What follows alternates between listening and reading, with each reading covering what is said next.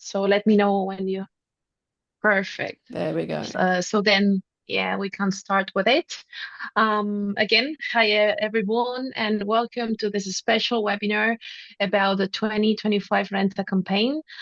I am Ariana, an accounting and tax advisor at Sholo, and today we are going to go through everything you need to know step by step to confidently prepare your annual tax report this year, optimizing your taxes and understanding all the key regulatory updates that may affect you, especially if you are a self-employed or autonomous person. We will divide this session into four main blocks. We will start with main concepts of the annual income tax. What it is this tax? Who has the obligation to file it? How to calculate it? And what information must be included? Then some specific considerations for freelancers, foreign income, and the Beckham law. Also the most relevant updates for 2025, how you can reduce your taxable base with the existing reductions and deductions, and we will finish with a Q&A session to resolve your doubts. So let's get started. To begin with, what exactly is the income tax report, or also commonly known as La Renta? It is a personal, direct, and progressive tax that applies to the worldwide income of individuals considered tax residents in Spain. In other words, any type of income you earn, whether domestic or foreign, must be included in your tax report. This can include pensions, employment income earned abroad, among others. So, if you are a tax resident in Spain, the tax agency expects you to report what you have earned anywhere in the world and pay taxes on it as a general rule. But what does it mean to be a tax resident? It has nothing to do with holding a Spanish ID. It means that you are taxed in Spain on your worldwide income, regardless of where it is generated. The Spanish tax authorities use three main criteria to determine who are tax resident. The first rule is you spend more than 183 days in Spain during the year. You are considered a tax resident. Be careful because sporadic absences, such as holidays, are counted as days in Spain unless you can prove the tax resident in another country. The second criterion is the center of economic interest. Even you don't meet the 183-day threshold, if your main source of income or business activity is located in Spain, you may still be considered a tax resident. Finally, the third criterion is the center of vital interest. If your spouse and dependent children usually live in Spain, you are presumed to be a tax resident unless proven otherwise. Once tax residency has been determined, the obligation to file La Renta depends on your level of income and its source. There's often confusion around this, especially after recent changes. If you have had a single payer, you are required to submit it if your annual income exceeds the 22,000 euros. On the contrary, if you have multiple payers, the threshold is reduced to 15,876 euros. If the income received from the second and subsequent payers exceeds the 1,500 euros per year. Then, if you have income related to investments that exceed 1,600 euros per year, you have also the obligation to submit it. Additionally, if you rent out some of your properties and the income exceeds the 1,000 euros per year, the obligation of presentation also exists. Now, about the autonomous, there is no ambiguity here. If you have been registered as an autonomo, you are always required to file the annual tax reports, regardless of how much you have earned. And finally, about the minimum vital income. All members of the household unit must file the tax report in order to maintain this benefit. Another key concept is the region you actually live. The personal income tax is partially devolved to Spain autonomous communities, which creates that we call the dual tax scale. For example, if you live in Canary Islands, Ceuta, or Melilla, you may benefit from specific tax advantages, such as the residency deduction that can be significantly reduce your tax bill. This territoriality matters because it's not the same to live in Madrid as it is in Barcelona or Malaga. The regional portion of the tax can differ by several percentage points. Next, it's important to understand that not all the money entering your bank account is considered taxable income by the tax agency. Some types of income are exempt, meaning they do not even need to be included in your taxable base. Knowing this can help you avoid overpaying taxes by mistake. The most common exemptions to review this year include dismissal compensations, pensions for absolute permanent disability, public grants, and child support payments. Now, let's go over the key dates for this season that you should not forget. First of all, the April the 8th. Officially, it's the day that tax agency opens the online tax filing system. It's when you can start submitting your renta. Then another important date, June 25th, deadline to set up direct debit payment if your tax report results in an amount payable. And finally, the June 30th. It's the end of the tax filing campaign, the last day that you can submit your renta. The outcome of your income tax report can be one of three possibilities. It can be payable, refundable, or zero or neutral. If it's payable, you have several options. You can pay the full amount at once. You can pay in 2 installments without interest. The first part, the 60%, will be charged on June 30th, and the remaining, the 40%, on November the 5th. And you can also pay in monthly installments for up to 24 months. Be aware that for this last option, the tax agency applies an annual interest rate of 4.025%. If you are self-employed or have another outstanding debts with a tax agency, carefully review your cash flow before choosing to defer or split payments. Remember that the second quarter starts in July, which brings additional fillings that also result in amounts payable. Therefore, monitoring liquidity and deadlines for all outstanding obligations is crucial. And finally, also, if your tax report is refundable, meaning that you overpaid during the year based on your personal and family situation, the tax agency has up to 6 months to process the refund. So patience is required here.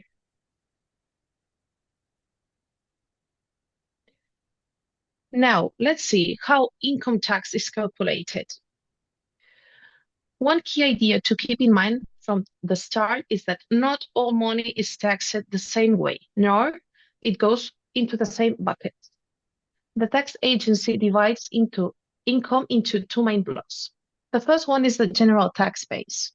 This includes almost everything you earn from your work or business activity salary, employment benefits, self-employment income, rental income, and even imputed income from a second empty property.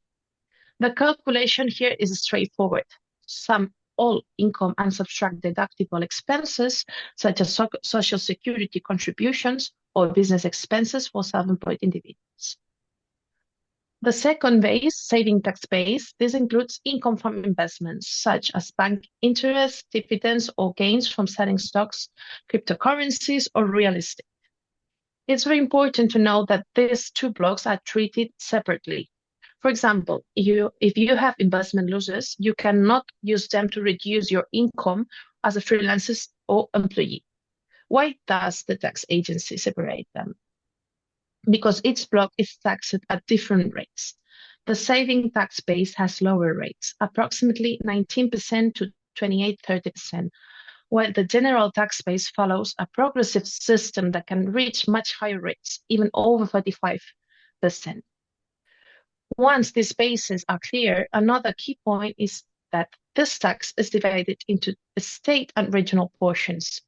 This means that the tax is calculated in 2 parts, one fixed for all Spain and another that depends on the autonomous community where you live. This is why two people with the same income may pay different amounts depending on where they live. Once both regional and state tax scales have been applied, we compare the result with what has already been paid during the year, such as payroll withholdings or installment payments that, as a self-employed, you have done via Modelo 130. If you have overpaid, the tax agency will issue a refund. If you have underpaid, you will need to pay the difference. So now, we already know how rent is calculated. Let's move on to a specific for autonomous, for income, and a brief overview of the Beckham law regime. As we mentioned at the beginning, any autonomous registered at any point during the year, even if they didn't earn any income, is required to file an annual tax report. What expenses can an autonomous include in their tax report? In general, only expenses that are strictly and directly related to the business activity are deductible. Unlike other taxes such as VAT, for an expense to be deductible in La Renta, it must be exclusively related to your professional activity.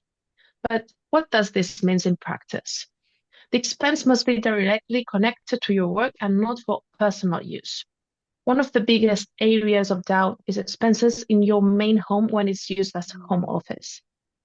Only the portion of expenses proportional to the space used for the activity can be deducted. Mixed-use expenses like mobile phone, internet, or vehicles require strong justification because they are not always considered exclusively business-related. Therefore, if you cannot demonstrate that an expense is used only for the activity, the tax agency may reject it as a deductible expense. Another type of expense that often raises questions is health insurance. If you are self-employed, you can deduct premiums paid not only for yourself, but also for your spouse and children under 25 years old who live with you. There are some limits to keep in mind, up to 500 euros per person per year. It's very important that the policyholder is the self-employed individual and the family members are listed as beneficiaries in order to apply the maximum deduction. Another important point is work family balance. Self-employed mothers can claim the maternity deduction, which can reach up to 1,200 per year for each child under 3 years old. Additionally, if there are childcare expenses at authorized centers, they can add up to 1,000 euros extra of deductions. These deductions are often overlooked, but are crucial for reducing your tax burden. Be aware that generally this deduction applies to the mother. Another significant point, which is especially relevant this year, is the Social Security regularizations. As you know, the contribution system changed completely in 2023. Now, autonomous contribute based on their actual earnings, which means that each year the Social Security automatically adjusts contributions. These adjustments often occur in subsequent years, and it's very likely that some of you have to pay in 2025 for the 2024 adjustments. The important thing to note is that this amount is considered a deductible expense in the fiscal year in which it's actually paid, even if it's related to a previous year. Similarly, if you overpaid and Social Security refunds the excess, the refund may generate additional taxable income. Other considerations apart from these autonomous subjects that we have discussed. For example, if you have worked as an employee and had to physically relocate to another country during a specific period of time, part of your salary that you have received might be exempt. We won't go into detail here, but it's worth mentioning because this exemption is often overlooked and can make a significant difference in your tax outcome. If you believe that you might be eligible for this exemption, carefully review the regulations, or if solo manage your renta, discuss your situation with your advisor. Note that this exemption does not apply to autonomous, only to employees. Another important topic to discuss is that often also causes a lot of confusion is the elimination of international double taxation. International double taxation occurs when the same taxable event, such as earning income, gains, or owning assets, is taxed by similar taxes in two or more countries during the same tax period or the same taxpayer. Spanish law allows applying the international double taxation deduction. It's important to understand that simply not paying in Spain because I have already paid abroad does not happen automatically.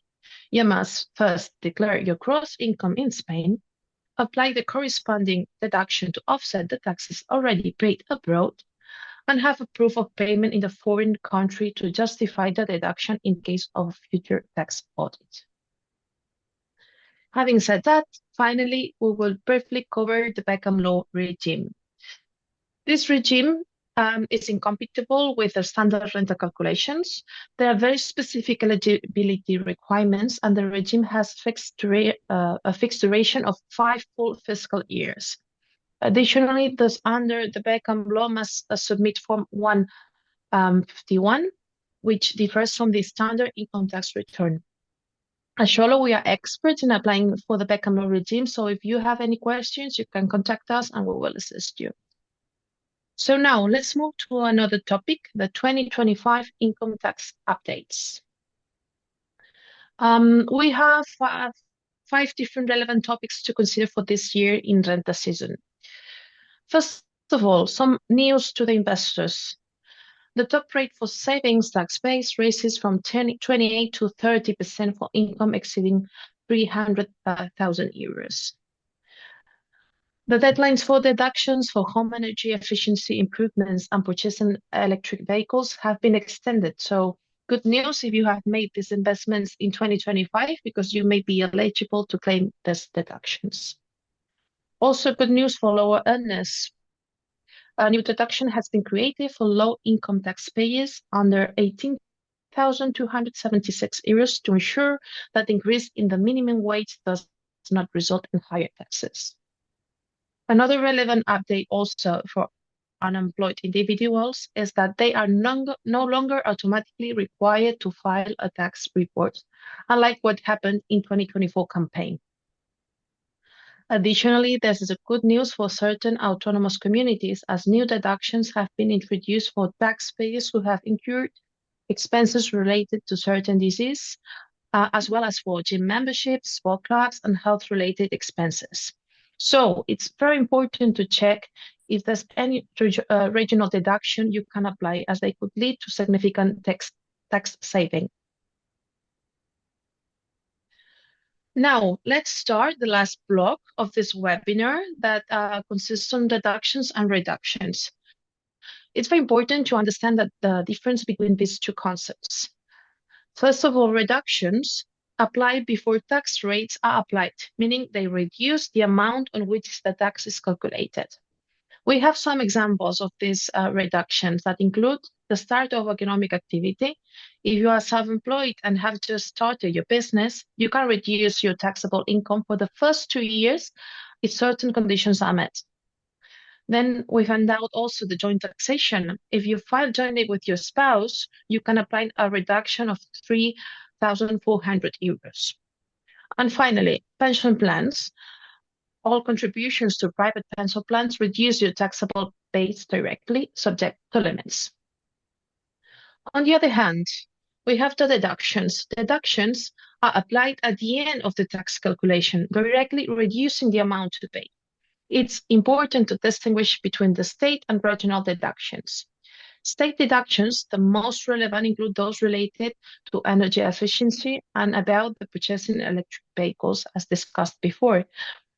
There are also temporary deductions that, well, even if they are temporary, also you need to meet a specific conditions, such as certain deductions related to renting or purchasing a primary residence. It's only available in particular circumstances, so you need to pay really attention if you want to apply those state deductions. And regional deductions, as also mentioned before, this can be especially available for tax savings, as each autonomous community sets its own deductions with different rules, limits, and requirements. It's therefore essential to review them according to your region of residence, as they can have a significant impact on your final tax liability. To wrap up with this webinar, we hope we have shed some light on the income tax process. Filling your tax report doesn't have to be a headache. At Sholo, we simplified the entire process, helping you avoiding errors and penalties with the tax agency, identifying all the state and regional deductions you are entitled to, and maximizing your deductible expenses and manage any concern you might have related to your income abroad. And everything online and hassle-free. So that's it. Thank you very much for your attending. Now we will open the floor for questions to address your individual concerns. Well, I think you gave so much information there. It was really, really useful, and I think people will have a lot to take away and think about.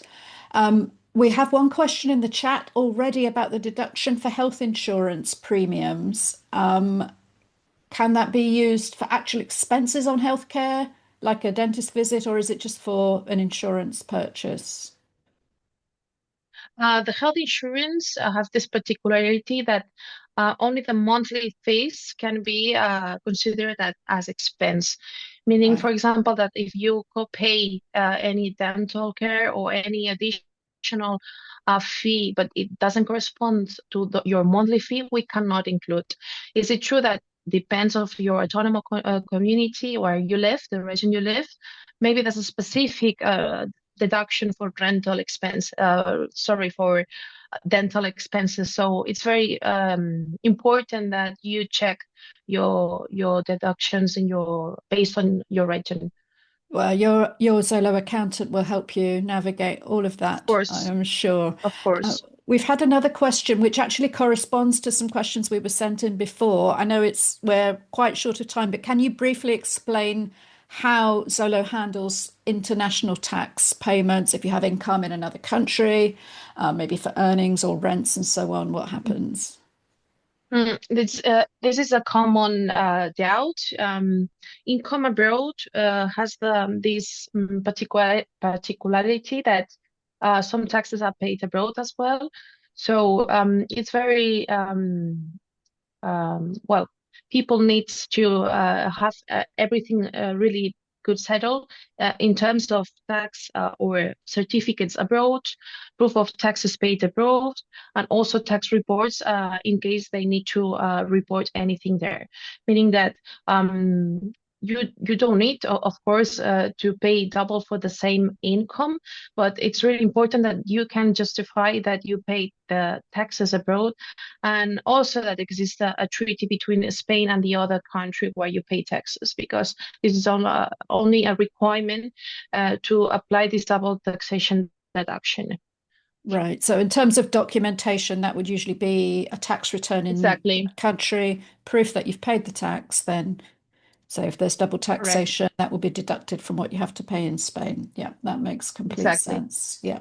Yeah. Okay. So, anybody else got questions? Please drop them in the chat. In terms of the recording, that will go out to everybody, won't it? I believe. So, yeah, don't worry if you were trying to take notes. There was an awful lot of information on those slides, and this will all be handled for you with your accountant as well. If you missed anything, they will step you through it.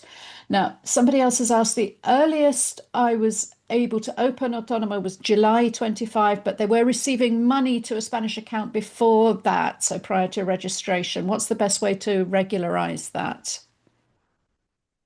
Without any doubt, in renta, meaning that this income needs to be taxed here in Spain, and with more reason if it does not haven't been taxed abroad.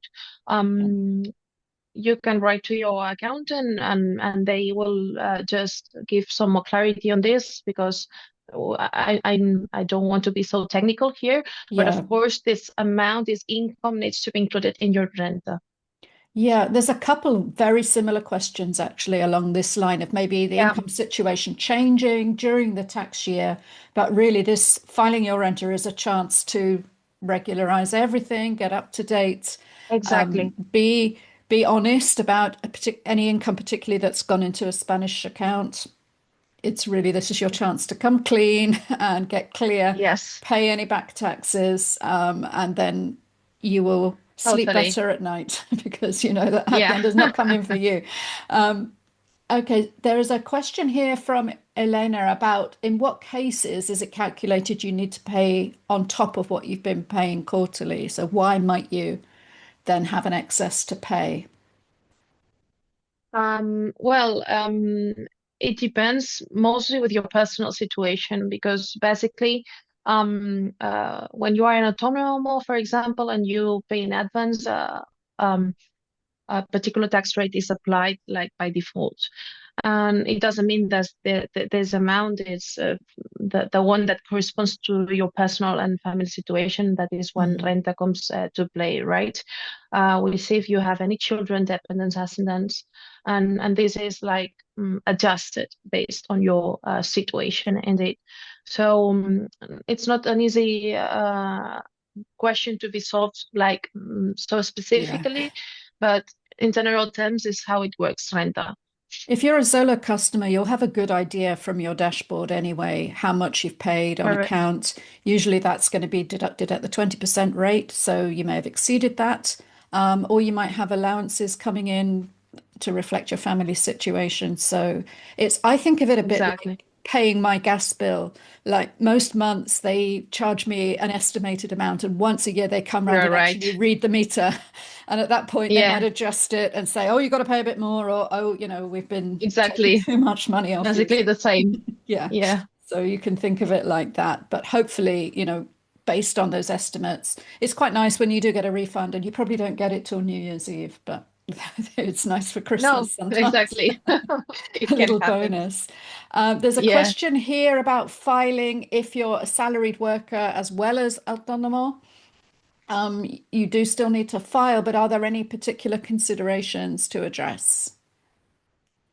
Well, as said, there are some requirements and limitations or thresholds. If you have your autonomous, then for sure you need to submit your taxes, your rent annual declaration. Also, if, for example, you have income as employee or you have a property and you rent out this property, of course, this will elevate the range of taxes that would be applied. But basically, what you need to really pay attention is not to forget any type of income. Mostly they are or they come abroad because it's true that we can access the tax data from all taxpayers that are identified before tax agency. But when we or when you have abroad income or properties abroad, it's not so evident. So it means that needs to be informed because without this information, we cannot report everything properly. So it's really important to have this in mind. Great. Okay. Somebody asking about, they read somewhere that you can deduct up to €2,000 a year as a non-justifiable business expense, maybe Hmm. without a factura. Can you speak to that a little bit? Yes, as an autonomous, there's this specific type of expense, and it's applied by default. You don't need to worry about because when you start the calculations, this 2,000 euros are applied to your final net income. It is applied not all of only well for autonomous. There's this 5% now of expenses difficult to justify, but also for employees 2,000 by default. Um, as said, Right. this is applied automatically. You don't need to worry about it because in Renta we always apply this, and it's something that it's really hard to forget about because with the calculations this comes immediately. Yep. Okay, that's good to know. And Zola will just apply for every deduction you can get, basically, Yeah, to get that tax base down and make sure you yeah, pay the minimum legal tax, so that you can be correct. sure that you're square with the country, and then you can go on living and Yeah. running your business. There's a question about when you start out an economic activity that you can reduce your tax base when you meet certain requirements. Can we quickly look at that? Yes, of course. This reduction is a 20% of reduction, and those requirements are related if it is your first year when you start your autonomous activity. But also imagine that you start your activity, you have only one customer or two, but one of those customers has been your employers last year, for example. This is a criteria requirement the tax agency asks to apply that you don't have a customer that was your employer last year or in the past, for example. We have a really useful FAQ regarding this reduction, so you can also check for it because all the criteria requirements are listed there. But basically, one of the main requirements or the one that use our customers doesn't meet is this one that your customer was your employer last year, so we cannot include this. Or also that you used to work abroad, you um, developed the same economic activity last year, and you relocate to Spain, but you follow this activity. So it's considered that it's not starting a new activity, but continuing the same one, but in another country. So That's this is fair. also one of the requirements that needs to be met. Excellent. Okay. Yes, to reassure Marcus, you will get the recording so you can, whether you've listened to all or part of this, you can go through it at your leisure. Alex is asking about deductions for children and a newborn. Congratulations, Alex. I imagine that newborn will be on your 2026 renta. But you get an allowance per child, is that correct? Yes, exactly. Some allowances are based on not for, only for the mothers. We have also discussed this topic before during the webinar, but there's also the minimum allowance that are related to yes, new parents. This is automatically also set up in Renta when calculation is started. And then also it's really useful to check deductions, autonomic deductions, because normally there's a lot of deductions, regional deductions that can apply for this situation. So yeah. Okay, very aware of time, but just very quickly, somebody is asking what documents should be uploaded in respect of the health insurance deduction. Do they need a health insurance certificate? I think they've already uploaded the bank documents, but would that be like a Mm. certificate of coverage from their health insurer themselves? Yeah, if you have already submitted your bank statements, it's okay. What we need mostly in Renta is to check the policy holder. As mentioned before, if you are the main one, and in case you are married or you have ch children, also to say if those are included, because then we can extend the deduction. So basically, what we need is the policy contract, the contract that you have your health insurance provider to say that everything is settled properly. Okay, great. We have a question about plane tickets as business expenses. Do you need to submit some kind of proof? Has anyone succeeded in getting a factura out of Ryanair? Um, yeah, that's always a complicated question. Yeah, yeah. All transport and yeah, plane tickets are a bit how to say it, complicated expenses because they are Hmm. so reviewed by tax agency. It's important that, for example, if it's for business situations and you, for example, visit your customer that is based abroad, you have all the emails that you have shared with your customer because this way you can prove that this specific business or while travel is for business purposes. If Hmm. you save this, then with a complete invoice that appears your name and your full data and also the supplier, of course, we can't just deduct this expense. But as said, this need really be really good justified and proven that is solely to business purposes. Yeah, they don't want to pay for your holidays. Um, okay, there's a Exactly. question about a property abroad that costs less than 50,000 euros. That sounds to me as a non-accountant like a confusion with the Modelo 720. It's not about the cost, it's the income, right? Correct. Yeah. All properties needs to be involved in renta.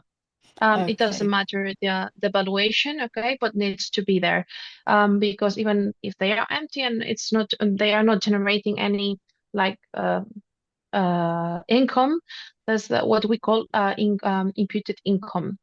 We have mentioned this in the past in this Mhm. webinar, but as said, all properties, all assets, all income you get from abroad needs to be in your renta.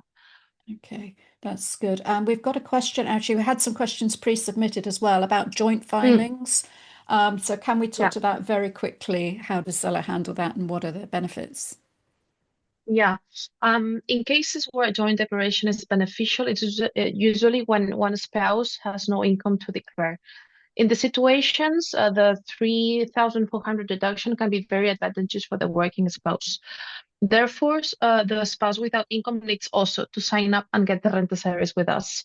There's a 20% of discount for the spouse, and a specific banner appears in Shoro dashboard, so you can check there and you can get the service as well. Yeah, So yes, we can it's a lot apply the cheaper than the yeah, discount, so it's well worth filing correct. together. Yeah. That, Yeah. Yeah, of course. That's for sure. that's Yeah. great.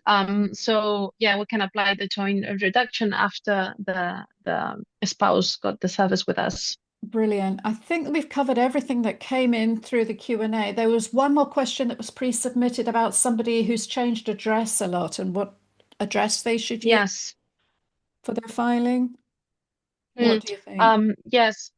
In this situation, if you have lived in several different addresses Mm, during the year, you need to indicate the address where you actually lived most of the year, not just where you lived on this December 31st. In that case, even short-term rentals without contracts, where what you have to prove that you lived, you need to count the days that you lived most of the year. So then we can handle this properly and see the deductions that applied in regarding the region you live, basically. excellent. Okay, well, I think we've Mm. done an amazing job on the timing here. We've covered such a lot in a Yeah, short time. The only final thing to say on timing is that the window is open now to start working on your renta with Solo. So, yes, theoretically, you have until the end of June, but don't leave it till then. Okay, accountants are human, but don't be the last minute rush job when you're looking around for that one receipt from your dental plan from last year or something. If you start it early, you're if you're a freelancer, you need to manage your time and your to-do lists more carefully than that. So once you start working exactly. through this process, you'll find out that it's all very easy and straightforward. And you've already put that time in today by joining us today to understand the landscape, to hear about the changes for 2025. So you can pat yourself on the back for doing a great thing for your freelance business in Spain today. So well done, everybody. Thanks very much for joining us. Enjoy the rest of your Wednesday. Go make money. Report it to Zolo. We'll make sure you're taxed correctly. Okay. Have a brilliant rest of your day, everybody. Thank you, everyone. Bye bye.